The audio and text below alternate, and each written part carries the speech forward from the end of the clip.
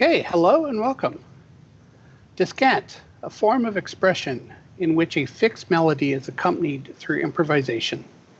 Point and counterpoint leading to a greater awareness, leading to something more, something unique, something that is above the book.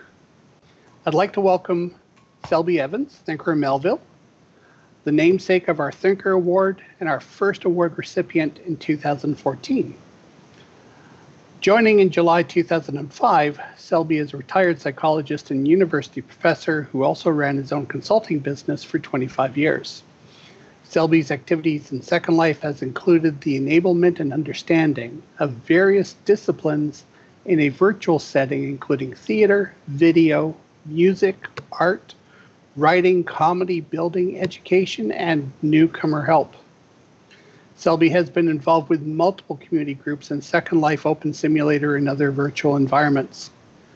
Selby maintains an active blog at virtualoutworlding.blogspot.com, which is used by thousands of people as a primary source of information for learning about virtual worlds and how to integrate various technologies. Selby, thank you and welcome back to VWBPE and Above the Book. Well, thank you. You have some questions for me? I've got some topics for you, so long as my dragon behaves itself. Mm-hmm. That's all right. I've got a list of them anyway, so I know what they are anyhow. Well, there we go. There we go. I guess where I wanted to start, because the Thinker Award's been going on for 5 years now. Mm-hmm. And I wanted to get your impression of not only the award itself, but also the accomplishments of the people who have been recipients of the award since it was launched. Okay. Well, actually, I thought a little bit about the award itself, and essentially the function, it is serving a valuable function in giving visibility to the activities of the various recipients. And that is certainly the reason I would value it. I'm essentially wanting to reach a larger audience, and the Thinker Award helps to promote the ideas of the recipients to a larger audience. So I think that I consider that very valuable. Now I'm going to, in the impressions of the accomplishments of the people, I noted that, and I am going to illustrate a technique that I have decided on, developed for years, over the years, basically what I'm saying is I don't think the old-fashioned way of standing up and running slides is really what we should be doing in virtual worlds. We don't need to. So instead of giving you a slide, I'm giving you a web link, a series of web links. This is about Gentle Heron, who was the first award following me. As you can see, these are articles that I wrote about Gentle Heron, and they describe some of the main activities that earned her the award, and also, perhaps more importantly, earned her the visibility of the what we have been doing. Is everybody hearing me okay? Yeah? No? Yes, okay, sound good. All right, I wanted to verify. Oh,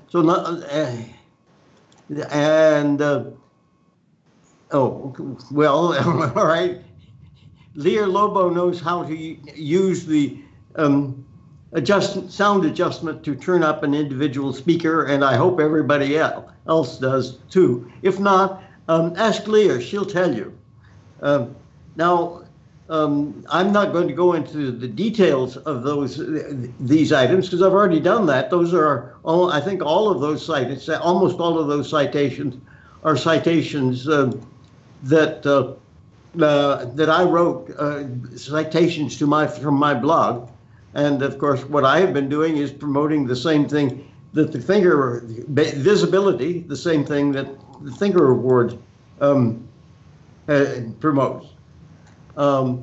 And so you'll notice that I show a lot of activities for her. Now I have a couple of people that I know very well, but I don't know, but I have not had occasion to write anything about them. And by the way, this saves a lot of copying of what I say, because instead of my having to say it, I've given you links. So there's links to Andrew Wheelock, that's Smith Whitfield, and I have not had occasion to write about what he has been doing all that much. And let's see, I'll give you another one. There's Cynthia Cologne, who can even identify herself if she wants to, because she's around here somewhere. Lear's always around. Yeah, but I'm not yet. So she has identified herself. I have not covered very much. Now, the most recent awardee is Val, who has actually been presenting all over here in this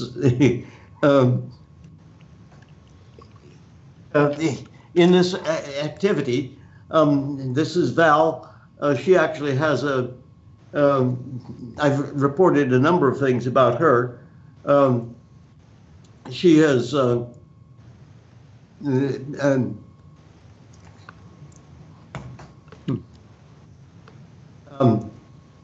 she has published CVL. Her group has had several promotions right here in VWBPE. Yes, that's right. There she is too. Yeah. Well, actually, archivist. Yes, I do. My blog does carry some archives. In fact, it has a rather elaborate archive in connection with VWBPE. If you look that up, you'll find that I have articles on, I think almost every VWBPE that has occurred, except maybe I missed one. So now that gives you sort of my impression of what the Thinkerer Award has been doing and what the recipients have been doing. Any questions, Phelan? I guess not. Well, sorry. Let's check with. Oops. No, you want to stand up? I'll do that. No, I don't know I don't quite know what happened there. Oh, all right. Well, I don't mind standing up. I don't mind my avatar standing up. I'm not sure I would like to be standing up for an hour myself. Yeah, let me come back here and see. This is what happens when you don't train your dragon properly.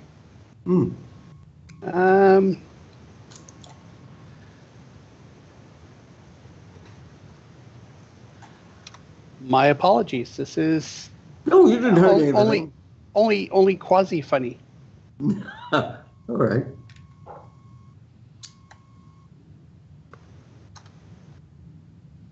Okay, there we go.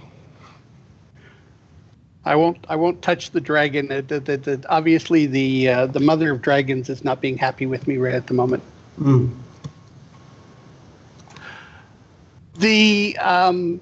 I guess one of the things that I find is that we've tried to promote this idea of leadership and ongoing promotion of service inside the community.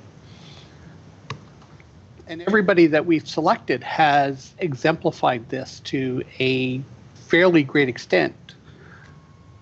We've had a number of suggestions of other people to receive the award as well.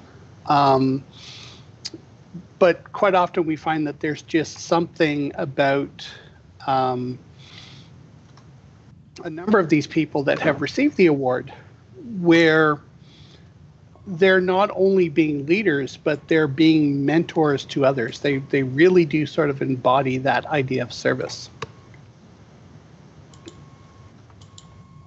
Yes, I suppose that's the case. Yeah. So I'm hoping that we've been doing well with regards to the community submitting recommendations to us and the people that we've selected. I did want to ask you about a couple of other things that you had mentioned back in 2014. Mm-hmm. And whether or not your perspectives have changed over the last 4 years, or 4 or 5 years. Okay, well, I should actually go ahead. I have an answer. Okay, excellent. I like it. So one of the things that you had talked about, and I know you've talked about this ongoing, is the concept of branding. And I know we didn't really get a good chance to go into this a few years ago. But I'm wondering, now that we've got an opportunity to talk, I mean, the whether or not you could expand upon the idea of branding and how you feel this applies, especially inside a education setting. Okay, yes, and actually I posted I linked to another article because essentially one of the things I've been trying to get across to the in-world public is it's how important, and this is especially for creators, but content creators, but it would also apply to educators. It really applies to educators much more broadly. So I will actually come back to this later when we have another item to be discussed. I have felt that many of the people in virtual worlds, in our kind of virtual world, have not really taken branding very seriously enough. And now there are a few, but branding means not only getting your name very well known, but getting your name or the name of your product extremely well valued. And of course that would apply to educators too. But I'm not really thinking so much about educators in virtual worlds.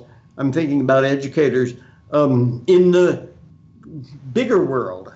I don't think as far as I'm concerned, the virtual world is just as real. It just happens to be something digitally created. But so I'm not going to call it the world we are accustomed to calling the real world. I'm not going to really call it real. All the worlds I can know about are real. If they're not real, I won't be able to know about them. But I think we have not paid as much attention as I would like to branding. And so I have done a few articles that would aimed at encouraging people to do branding. That's about the main comment that I would make. Right. I'm just. Oh, sorry. I need to move my cursor back. I was just looking at the article, and I noticed in this particular article you do mention a lot of the core aspects with regards to branding and how it promotes a valuable product, that it depreciates your competition. How, in an educational context, how can educators, do you feel, could maybe move this forward towards their benefit? Well, actually, I don't think, to some extent, content creators are dealing with a choice in the virtual world. I don't really see that as a relevant issue in the context of education, because as I see it, the competition educators have, the virtual world educators have, is that big outside world with all those brick and mortar buildings, and which, to my view, are wasting a lot of money. And so I am more interested in branding that reaches beyond OpenSim or Second Life or any other, or any virtual world, even AR, whatever that is, and goes out to talk to the people who communicate to the people who are in nowhere near a virtual world, and think you have to go to a school, a physical school, and you have to build physical schools because that's the only way you can educate people.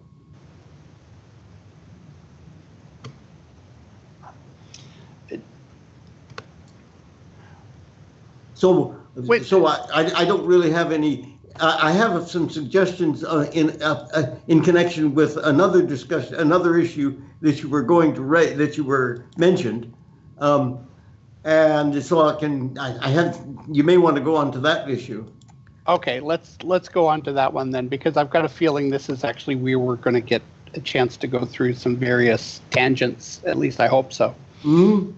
Okay, well, the question you asked, and you said that I back in 2014, I said I knew how things should be, and you did, and I've been dying to ask you about that comment ever since. Okay, all right. Well, actually, I have some responses for that, and and I'm going to pick out the ones that where considerable success has been attained. And actually, the first one is the development. This is fairly new to this audience, I suspect. The development of educational institutions as I could describe it here, in world or schools as institutions. Now, when I say as institutions, I mean you don't go to Second Life or Kitely or any of those places. You go to the college or university that you said you were going, that you understood you were going to. And what I mean here, the links I'm citing are illustrating that what Kitely is now offering, and I'm really happy with this, is Kitely leases a grid, its own grid, private grid, to a university or college. And these are already in operation. There's several of them that's already in operation with Kitely. They have been, the arrangement has been in beta, and I'm not quite sure it's out of beta yet. And that means that nobody tells you to go register to in somebody else's grid. They tell you are already registered in this particular at this particular web address. You go to this web address and go in, and you are already known because we did batch registration on you. So you don't have to figure out how to register, and you don't think of yourself as registering under somebody else's brand. If you are as a particular college, you are going to if you are marketing yourself, you have your own website, web location to enter the grid, your grid. It has your name, and you control the login page. You can make sure that nothing you don't like, or you don't want to show to your students or to your students' parents. Wouldn't really bother the students, but we don't want to show those things to the students' parents. And so you essentially are now not branding yourself as anything new, but simply as another technique for providing instruction in your college or your university, or I think in the future, in your high school, and perhaps even in your middle school. And of course, in those cases, since you're dealing with high school and middle school students, you have complete control because you have running the grid. The school as an institution, you are running the grid. You can determine who comes in and who can't come in, and you got much better control than you do in the old-fashioned solid world. Right. And is that actually the case with Kitely? Like, do they Yep. really provide you access to sort of like the back end? Yes, well, they provide, yes, you have the back end if you mean what it takes to manage the grid. Now, they run the software. And this is a new feature. This is not really the case with the ordinary Kitely grid. It runs just like it always has, which is pretty much like Second Life. But as far as you as the institution you have taken it, you pay for it, they bill you, they don't bill any students, and you have complete control. That means, of course, that this is no longer an issue of what happens if I leave or if I die or something and I own this land. Well, there may be no way for anybody else to get control of it. That doesn't happen in this because you have the institution has access. So yeah, it is. That's why I'm really very much excited about that. And this is one of the things I have been wanting for years. In other words, we don't have a whole lot of people teaching individually. We have an awful lot of people, organizations teaching, both private colleges, private universities, and of course public colleges, public high schools, and all the way down to K-12 through K-12. Any of these could, if they want to, make use of this arrangement. And like I say, it is managed completely by the school system. So if you see something like in Second Life, I remember one time I saw something Second Life was advertising, and I looked on my blog and they were hitting my blog, and it said, "Be a vampire." Oh, I cringed because I don't want to be associated with being a vampire. I want to be associated with educators, and yeah, this is a matter of the brand. Yes, as a matter of fact, right now Kitely has not set up Moodle fully. I've been talking with Elon. And they do intend to set up probably Moodle. Well, that was the thing. That was the system I recommended, so that you would have a complete learning management system working in connection with your grid as your school, just as you probably already, hopefully you already have in your physical school.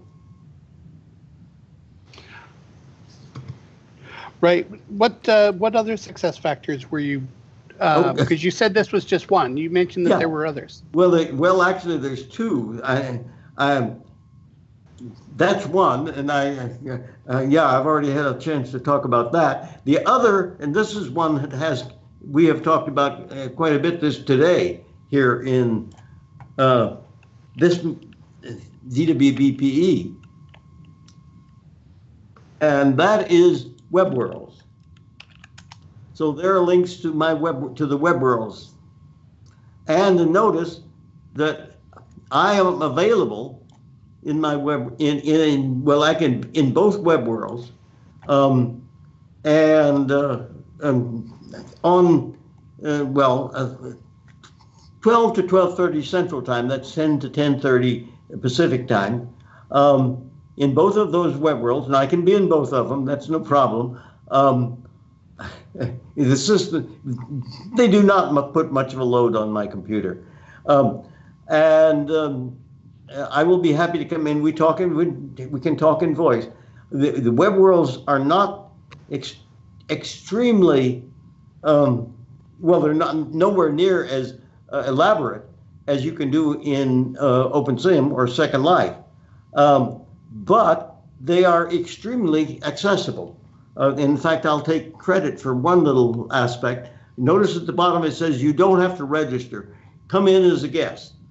I actually promoted that idea to the Web World, to Ed Tauber Dieter, who is, I think he is here now. Because of course, there's no reason why you have to. I don't know why. I'm not sure I know why you have to do it in Second Life or OpenSim, but you certainly don't need to do it in the web world. That is, register. You go in, and of course you do not. If you don't register, you will not have an identity. So you will not. The system will not know you when next time you come back. But that's all right. After you come, if you want to be known, you have to register, and you can see that actually the simplest way to use the information I just gave you is to click on those links, and you can actually click on the links right now. It won't hurt you. Almost anybody I feel can open a web page. Everybody's probably already got their browser open with web pages on it. If you add another web page, it's not going to load your browser significantly beyond what it already is. Right. I'm curious about a couple of things, because I mean, we were just talking about branding, but in web worlds, if you go in as an anonymous person, then that brand doesn't go in with you. The brand That's right. is whoever owns the web world itself. Yeah. Well, but that's a matter of your choice. If you want, now I get my name known on everything that I put out. My name is Selby Evans, and so even if you see me as Thinker, you see that Shelby Evans is all part of my display name, because I want to be public. I want to get readers to my blog because I want to be telling people things. So I want to be public. Other people don't want to be public, and in any case, if I'm going to register, I will have to not only pick a name, but also make up a password. And since I will never use the same password I've used elsewhere, I have to figure out a way to construct a new password and be sure that it's not duplicating anything else. So that's not simple for me. If I want to be branded, now if I were going in, I will want to be branded. As a matter of fact, in Cyber Lounge, I'm not only branded. You see my Thinker outfit, and everybody recognizes this outfit. I expect you have seen my blog or anything else, because I usually appear in this outfit as a. Well, I don't think you've changed it for 10 years? I don't think so. You're right. If I have, it's only been a minor change. Probably since '07, as a matter of fact, which is when Lauren started. 12 years. Yes, when Lauren started. And I use that because it is my brand. It is recognizable. So when I appear in a picture, and I often appear when I take pictures in Second Life or OpenSim, I often appear, and I have the same avatar in OpenSim, and I have the same avatar in Cyber Lounge. Well, they're not identical, but they look the same, pretty much. Clearly, they're recognizable as the same brand. Yeah. So, the thing is, you would go into Cyber Lounge without as a guest, simply to try it out. Now, if you like it, then you would want to register, and if you register, you actually get a world that you can build in. And I will take credit for, on my blog, I have a rather extensive coverage of how to build in Cyber Lounge. I guess this has been going on, well, a couple of years, actually. So I covered basically how to build the various buildings for simple building. Well, I even sort of covered how to create an animation. I didn't cover that very well because I don't know how to do that. So I sort of finessed that one. But but what I'm really thinking, the thing I was thinking about especially is that a school would want to be attending to its brand widely, in what we are now conventionally call the quote real world, unquote. And so, and of course, and the technique now, the Keightley arrangement makes that fully possible without sharing a brand with anybody's grid. Well, actually, we're not even going to they're not going to even talk about grids, because that's something that we in-worlders really understand. Outworlders don't understand it. They think of a grid as what we used to use in high school and college as graph paper. Oh, okay. I'm curious about one other thing though, because I mean, and I guess this is something that I find is a little bit frustrating. The ability to develop a persona or a brand or an image and to have that image be portable between these different environments. There doesn't seem to be a lot that's happening on that particular front. We seem to be stuck within these walled gardens. Well, I don't think we're stuck with it. I think there has been a long time standing tendency in Second Life and now also in OpenSim to stay within our own virtual worlds, to talk to people within our own virtual worlds, and to interact with people. And of course, that's fine. I like to do that. However, we're not attracting new people that way, and I want to attract new people. Now, I've explicitly set up arrangements to join groups that are not in virtual world, but are, and this is a change in focus that I think we need to begin to make. I think from an educator standpoint, I don't care what the technique is, what system we're using, like a virtual world or whatever, or artificial reality or whatever. Those are only tools for my instructional procedures. They may look very good, and they do look very good to me, but I would not be thinking about them in terms of being a particular technology. I would be thinking about them as being a particular instructional method. And I think we have, I think we should be doing is joining and interacting with educational groups that are not in virtual worlds, that don't know about virtual worlds yet, and getting them to know about them.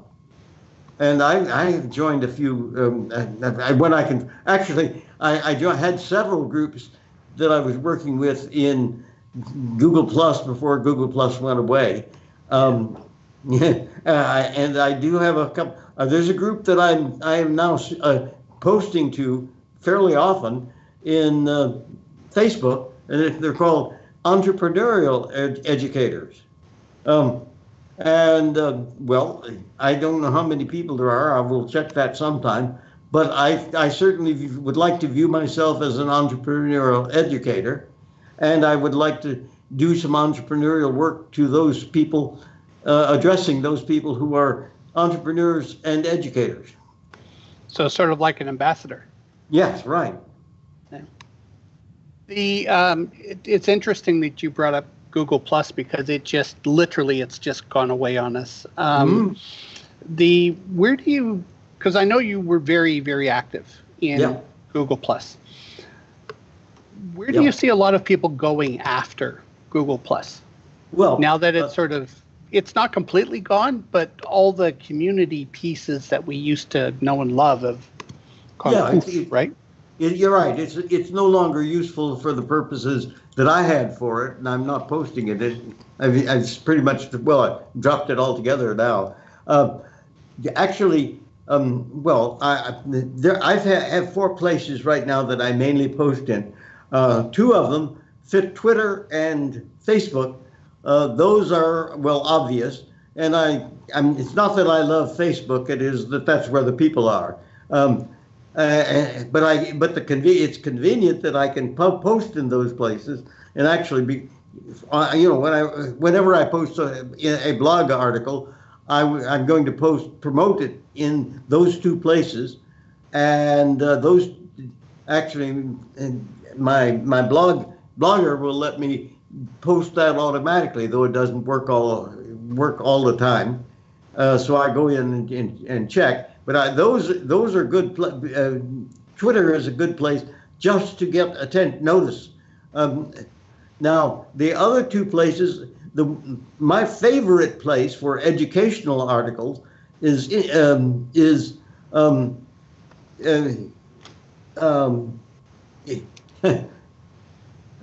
what's now I can't think of it. In LinkedIn. Oh, LinkedIn. Oh, LinkedIn. Okay. Yeah, that's right. Because that's a place for professionals. There are professionals there, and education. I'm really wanting to talk to education professionals. So that's one of the places where I hope I am reaching people, educational professionals who are not acquainted with virtual worlds or not well acquainted with virtual worlds. I'm actually picking up some links for people who are in some way connected with virtual reality or virtual worlds or something of that sort. I can see that. And the other one that I'm using is MeWe. And by the way, if you look on my blog, you'll find every Thursday I post an article. It includes a number of things that are reposted every Thursday. Among those, I'm running an article right now that gives a summary of what I've observed about social media and what places we could go use social media for promotion of virtual world activities. Right. I guess one of the challenges that we found, because on the one hand, social media can be very powerful if you connect with the right audience. On the other hand, it can also be a lot of noise. Mm-hmm. And even though you go through, you post, you try to make connections, it doesn't necessarily always work. I mean, the response rates seem to be very low in mm-hmm. comparison to just simply face-to-face, sort of what we're doing right here. Mm-hmm. How are you finding the engagement that you're finding through some of these social media platforms? Well, actually, I'm finding some fairly good engagement from MeWe, a little more than I expected. And by engagement, I mean people who click on something I posted and, at least indicated they liked it. And I'm not getting a whole lot of engagement from Facebook. But of course, I'm available. What I'm posting is available to a large number of people. So it may be that they see it or not. One thing to note, though, is it costs me practically no time to post those things. It does cost me, I don't know. I doubt that it cost me much more than 20 seconds because I take the web link, then I go to the web page and I post it, and then I make a note that I like it, and so I didn't spend a whole lot of time. So I consider it at the present. I consider it worthwhile. I think the two places that I think it posted probably valuable to me is LinkedIn and MeWe, and especially LinkedIn, because I do get responses, and I do get add to my network things every so often, and the people I'm getting to add to my network generally people, well, actually, they're people who are in some form of graphic activities or 3D activities or something, and some of them are educators. So that I think is my preferred place if I had to choose one. But I don't have to choose one because it takes me practically no time to post in Facebook and Twitter. I do post in Facebook in several groups, and I'm not quite sure that that's worthwhile. But I haven't decided to abandon it because it takes me again, doesn't take much time. Yeah. Yep. We've sort of covered this a little bit, but I'm going to ask this anyways. How do you see the future of communities evolving based on where technology's come over the last 5 years? Well, of communities, I think they are moving. I'm talking about, of course, communities that we are thinking about here, mainly in virtual world communities. And what I think is, well, we already are moving out, and we just sort of discussed that issue. We're moving out of communication just in Second Life, and of course, OpenSim has never been suitable for communication within a grid because it's got hundreds of grids or more. Well, maybe 300 grids altogether. So that doesn't work. What the OpenSim did was move out, and that's where OpenSim was making extensive use of G+ as communities, because it did have a good community arrangement. Obviously, we're looking around for new ways to form communities, and as I see them, there's a couple of other methods, other places. Discord is another one, and that's one I'm working with, and then Friendica is still another one. But basically, what we're doing at the present time is looking around for ways to maintain contact with our communities without being dependent on any particular grid. So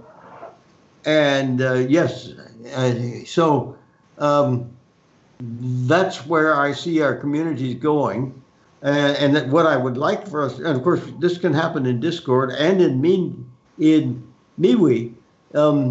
We are talking to people who are not necessarily, well, a number of people are not in virtual worlds or are not yet in virtual worlds, and I hope they will pay attention to what we're talking about and become interested in virtual worlds. Okay.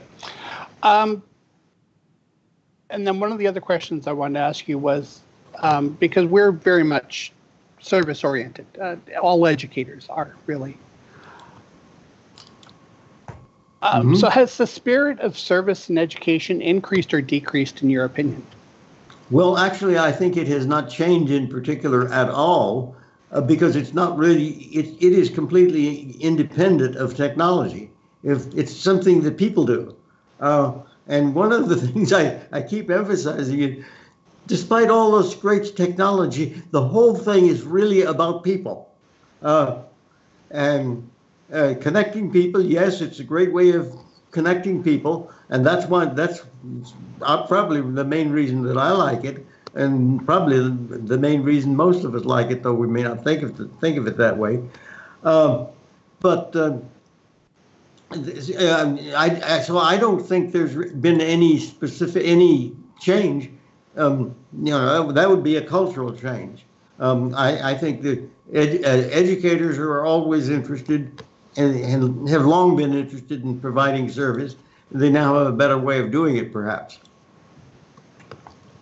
Okay, and then I've got one other question for you, and then we'll open things up to a couple of questions from the audience.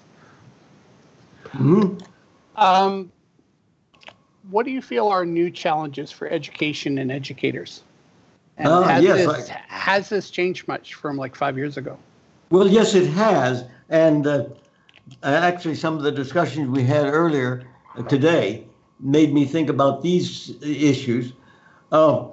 One, refocusing education, and I'm thinking about from the standpoint of people in virtual worlds, refocusing on educational objectives instead of technical details. In other words, when I think from an educator standpoint, I don't really care what the technology is as long as it's going to work. It's a tool. In the olden days, I was happy to use the telephone, especially since my university paid for it.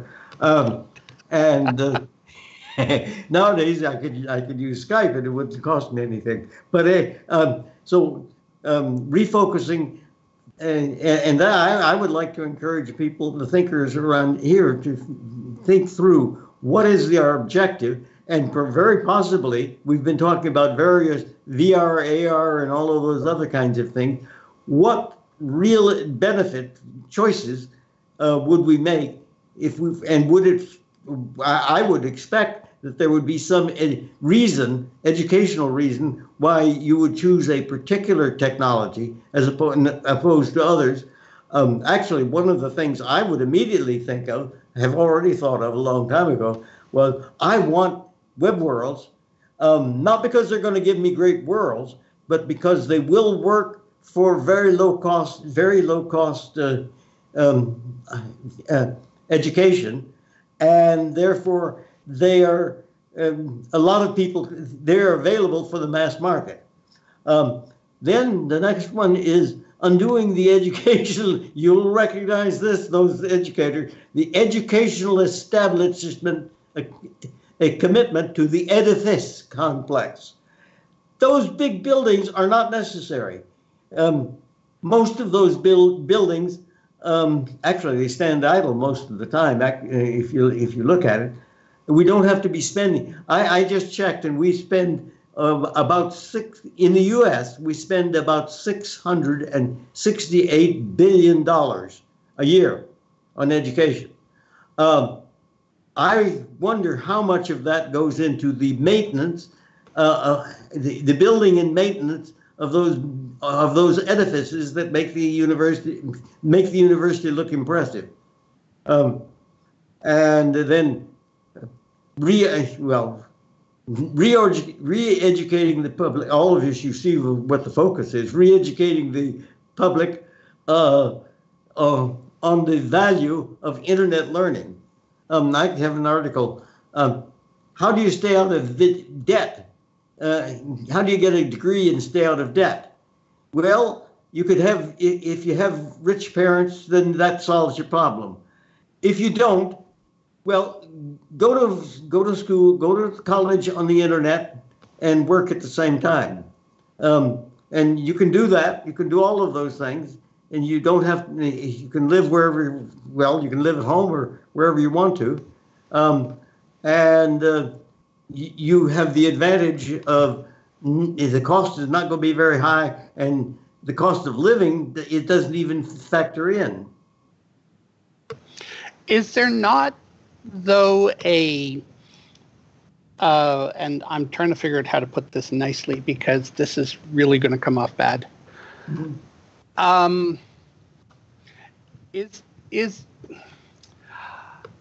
I guess one of the things that I'm thinking of is that quite often the larger universities and colleges, people want those particular degrees, not necessarily because of the degree, but because of the institution. Mm-hmm. Yeah. You're right. Right. Yeah, there is a big effect, and actually, some of it is related to being present in that location, because you meet people, and you send girls to an important school. In the older days, I hope it doesn't happen very often now, but it does. I expect it does. You send your daughter to that school in the expectation that she will meet some buddy who is going to be some boy, marry some boy who is going to become rich because he's a great engineer or something like that. Well, or he's a lawyer or something. The MRS degree. Yeah. So you're right. So there is that, and there's no way to contest that. If that works, if you can afford it. And now, if you can't, and now of course I'm also thinking I don't think nowadays it's all that important for your daughter to meet that rich husband, because she very possibly make more money than he can. But we're talking about parents who are old and maybe sot in their ways, and there were other things. You make friends with other people in that college or university, and it's highly regarded university. They're going to get good jobs, and you'll have therefore good contacts, and those are valuable things. Now, that you don't get if you go to you don't necessarily get if you go to a college online. But that's one of the points I would make about a place like this. We are meeting online. You probably hadn't noticed that. Actually, I forgot about it because we are so used to interacting with people online that we don't even notice that we're miles away and have no idea what each other look like. We know what our avatars look like, and we would recognize them. And besides, fortunately, our names float over our heads. Something I really thank Second Life for. Okay, unfortunately, I think we're going to have to wrap it up there, just simply because we've sort of come to the end of our time. But Selby, I'd like to thank you very much. You're welcome. And there we go. And I'm hoping we'll get a chance to have you on again at some point. Okay, I hope so. All right. Shall I stay around for questions or not? Yeah, we've got, there's nobody following us on here, so James will wrap up the stream, and then, we can take additional questions. Okay.